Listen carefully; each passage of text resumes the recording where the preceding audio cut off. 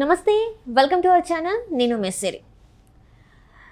తీహార్ జైల్లో కవిత గారైతే ఉన్నారో అక్కడ మనం చూస్తున్నామైతే తనైతే తన కొడుకుతోనే ఉండాలి, తన కొడుకుకి ఎగ్జామ్స్ ఉన్నాయని చెప్పేసి అయితే బెయిల్కి అయితే దాఖలు చేశారు. కాకపోతే ఏంటంటే ఇప్పుడు కోర్టు అయితే తన బెయిల్ని తిరస్కరించారు. సో ఈ అంశాన్ని మనకు వివరించడానికి మనతో పాటు ఉన్నారు Jai Bharat National Party Vinukonda contesting candidate Chiranjeevi Nayak గారు. నమస్కారం సార్. నమస్తే. జై భారత్ అండి. సార్, ఇప్పుడు చూస్తుంటే తీహార్ జైల్లో కవిత గారు ఉన్నారు.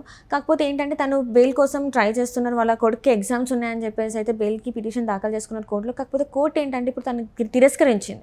సో ఇప్పుడు తిరస్కరించిన తర్వాత ఇప్పుడు అసలు తన పరిస్థితి అంటే తను మళ్ళీ ఎప్పుడు బెయిల్ పిటిషన్ వేసుకోవడానికి అవకాశం ఉంది, అసలు ఎలా ఉండబోతుంది అంటే ఒకటండి, కవిత గారి బెయిల్ పిటిషన్ గురించి ఈరోజు సుప్రీంకోర్టు రూలింగ్ బెయిల్ అపీల్ చేసినప్పుడు సుప్రీంకోర్టు ఇచ్చిన రూలింగ్ ఏంటంటే బెయిల్ ఇమీడియట్గా గ్రాంట్ చేసేదానికి, ఇంటరిమ్ బెయిల్ గ్రాంట్ చేసేదానికి మధ్యంతరం బెయిల్ కావాలని అడిగారు ఆవిడ. సో ఆ ఇంటరిమ్ బెయిల్కి గ్రాంట్ చేసేదానికి గ్రౌండ్స్ అంతా గ్రౌండ్స్ ప్రాపర్గా లేవు, అంత నెసెసిటీ కూడా లేదు. మీకు బెయిల్ కావాలంటే ట్రయల్ కోర్ట్ నుంచి స్టార్ట్ చేయండి అని చెప్పారు. జనరల్గా బెయిల్ ప్రాసెస్ అనేది లోవర్ కోర్ట్ నుంచి స్టార్ట్ అయ్యి హయ్యర్ కోర్ట్ వరకు వెళ్తుందన్నమాట. సో లోవర్ కోర్టులో ఫస్ట్ అప్లై చేయాలి. ఇన్ కేసు ఇక్కడ రిజెక్ట్ అయితే హయ్యర్ కోర్టులో కూడా రిజెక్ట్ అయితే హైకోర్టు దెన్ సుప్రీంకోర్టుకి వెళ్తుంది. సో ఈ ప్రాసెస్లో ఏంటంటే ఎక్కడన్నా లోవర్ కోర్ట్ బెయిల్ ఇస్తే హయ్యర్ కోర్టు క్యాన్సిల్ చేసేదానికి అవకాశం ఉంటుంది. సో హైకోర్టు క్యాన్సిల్ చేసిన తర్వాత అక్కడ సుప్రీంకోర్టులో అపీల్కి వెళ్ళచ్చు. సుప్రీంకోర్టు కూడా క్యాన్సిల్ చేస్తే మళ్ళీ 6 months వరకు బెయిల్ ఇచ్చేదానికి ఆస్కారం ఉండదు. జనరల్గా ఈరోజు వచ్చిన రూలింగ్లో ఏంటంటే సుప్రీంకోర్టే బెయిల్ ఇచ్చేదానికి అంతా సీరియస్ గ్రౌండ్స్ ఏం లేవు అనేది లోవర్ కోర్టు సుప్రీంకోర్టు చెప్పింది. కాబట్టి ఇన్ కేసు రెగ్యులర్ బెయిల్ కోసం ఆవిడ లోవర్ కోర్టుకి ట్రయల్ కోర్టుకి వెళ్ళినా ట్రయల్ కోర్టు జనరల్గా హయ్యర్ కోర్టు ఇచ్చే రూలింగ్ అండ్ డెసిషన్ మీద బైండ్ అయి పనిచేస్తుంది. కాబట్టి లోవర్ కోర్టులో కవిత గారికి ఇమీడియట్గా రిలీఫ్ దొరికేదానికి ఆస్కారం లేదు.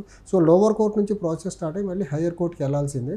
సో హయ్యర్ కోర్టులో ఎక్కడన్నా ఆవిడకి రిలీఫ్ దొరుకుతుందా లేదా చూడాలి. ఇన్ కేస్ సుప్రీంకోర్టులో మళ్ళీ రెగ్యులర్ బెయిల్ పిటిషన్ వేసి రిలీఫ్ కానీ దొరకకపోతే, ఒకసారి సుప్రీంకోర్టులో బెయిల్ పిటిషన్ రిజెక్ట్ అయితే ఫర్దర్గా 6 months వరకు మళ్ళీ బెయిల్ పిటిషన్ ఎక్కడ అప్లై చేసేదానికి ఆస్కారం ఉండదు.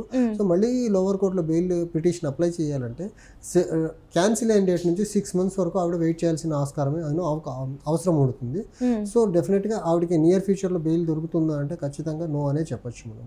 అంటే ఇప్పుడు చూస్తున్నట్టే చాలా రోజుల నుంచి తను ట్రై చేస్తుంది. ఎందుకంటే ఈ లిక్కర్ స్కామ్లో ఎప్పుడైతే తను పట్టుబడిందో, అంటే ఈడీ అరెస్ట్ చేశారో అప్పటి నుంచి కూడా తను ఫస్ట్ రోజు నుంచి కూడా బెయిల్ కోసమే తను ట్రై చేస్తున్నారు. కానీ ఈడీ వాదనల వల్ల ఏంటంటే కోర్టు ఈ రోజైతే తిరస్కరించడం జరిగింది. ఫస్ట్ నుంచి కూడా ఈడీ ఏంటంటే తనకు బెయిల్ మాత్రం మంజూరు చేయొద్దు అని చెప్పేసి అంటే ఎందుకోసం మరి కవిత గారికి బెయిల్ మంజూరు చేయొద్దంటున్నారు? కొంచెం ఇన్ఫ్లుయెన్సింగ్ పర్సనాలిటీ, ఆల్మోస్ట్ మన వరకు పవర్లో ఉన్న ఫ్యామిలీ కాబట్టి బయటకు వచ్చి ఎవిడెన్సెస్ అన్ని ట్యాంపర్ చేసి విట్నెస్లని ఇన్ఫ్లుయెన్స్ చేసే అవకాశం ఉంది.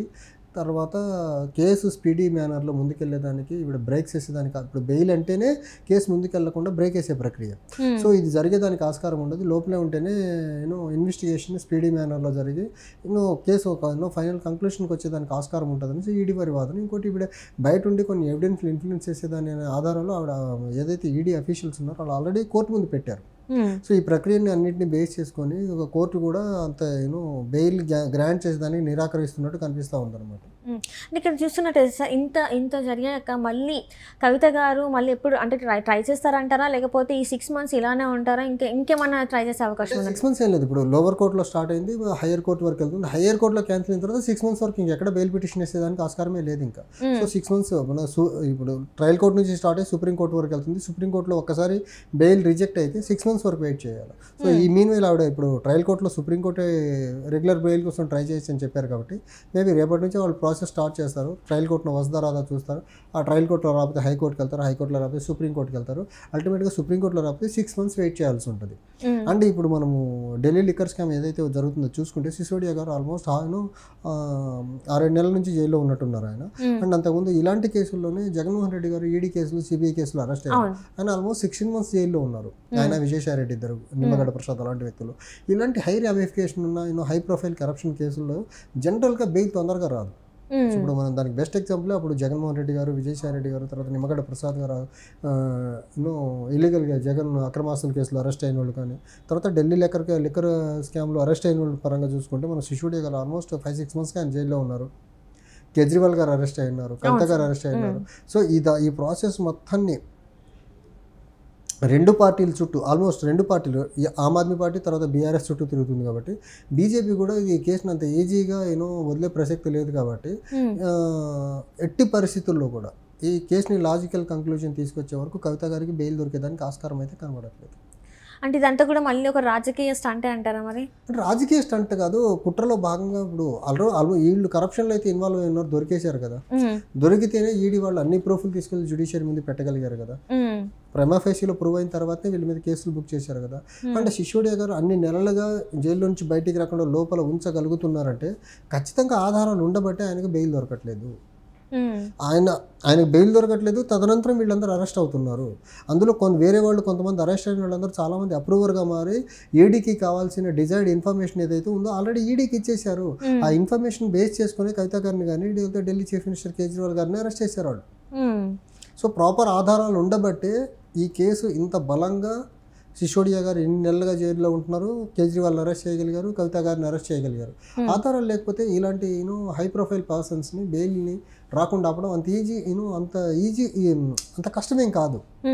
సో వీళ్ళ దగ్గర ఆధారాలు ప్రాపర్గా ఉన్నాయి కాబట్టి వీళ్ళకి బెయిల్ దొరకకుండా ఇబ్బంది అవుతూ ఉంది. అంటే ఇప్పుడు చూస్తున్నట్టయితే మళ్ళీ ఇంకొకసారి ఏమైనా కవిత గారిని విచారణ చేసే అవకాశం ఉందంటారా? ఎందుకంటే ఇప్పటివరకు అయితే తను సపోర్ట్ చేయలేదు కదా వాళ్ళ విచారణకి, మరి ఇప్పుడు ఏమన్నా అవకాశం ఉందంటారా? ఈడీ వాళ్ళు జనరల్గా వాళ్ళకి ఏదైనా ఇన్ఫర్మేషన్ కావాలన్నప్పుడు జనరల్గా కోర్టులో పిటిషన్ వేస్తారు, మనకు మళ్ళీ కస్టడీ కావాలనేసి.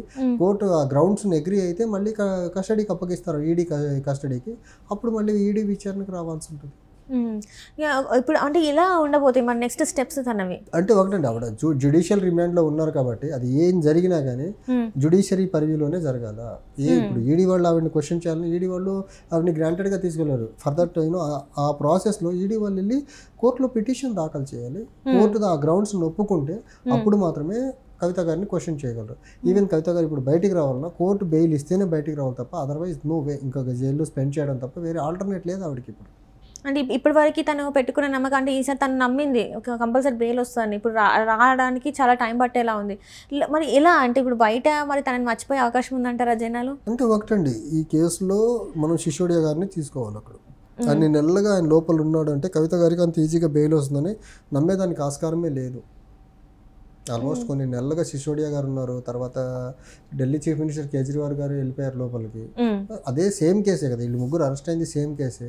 అంటే ఆ కేసులో అరెస్ట్ అయిన వాళ్ళు చాలామంది అప్రూవర్గా మారిపోయి మనకి చాలా ఇన్ఫర్మేషన్ ఈడీకి ఇచ్చారు కాబట్టి వీళ్ళకు అంత ఈజీగా బెయిల్ వస్తుందని అయితే అనుకునే దానికి ఆస్కారం ఉంది. అంటే ఇప్పుడు మద్యం కుంభకోణం అనేది అసలు ఎలా చూడాలి? అంటే ఇంత భారీ అయిన తర్వాత ఇప్పుడు కేసులు పెట్టి ఇప్పుడు జైల్లో పెట్టారు కదా. వదంతులు ఏవైతే ఉన్నాయండి, ఢిల్లీ లిక్కర్ స్కామ్ అసలు ఏ సెంట్రిక్గా జరిగిందంటే ఢిల్లీ లిక్కర్ స్కామ్లో వచ్చిన డబ్బుతో కేజ్రీవాల్ పార్టీ ఏదైతే ఆమ్ ఆద్మీ పార్టీ ఉందో అది పంజాబ్లో ఎలక్షన్ చేసింది, గోవాలో ఎలక్షన్ చేసింది, గుజరాత్లో ఎన్నికలు చేసింది.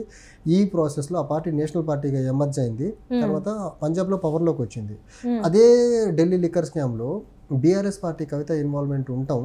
దాన్ని ఏంటంటే ఈ నేషనల్ అంబిషన్ టీఆర్ఎస్ నుంచి బీఆర్ఎస్ మరి వీళ్ళకు నేషనల్ అంబిషన్తో ముందుకెళ్లే ప్రక్రియలో ఆ లిక్కర్ వ్యాపారంలో వచ్చే డబ్బుని పార్టీకి వాడుకోవాలని చూశారు. అందులో కవిత బలిపశు అయిపోయింది. ఇప్పుడు ఏదైతే కేసీఆర్ గారి నేషనల్ అంబిషన్, నేషనల్గా పాలిటిక్స్లో ఉండాలని ఏదైతే ఆయన అనుకున్నారో ఆ ప్లాన్లో ఈ లిక్కర్ స్కామ్లో దిగడము, ఈ లిక్కర్ స్కామ్లో దిగి వాళ్ళ సొంత కూతుర్ని బలి చేసుకున్నారు కేసీఆర్ గారు.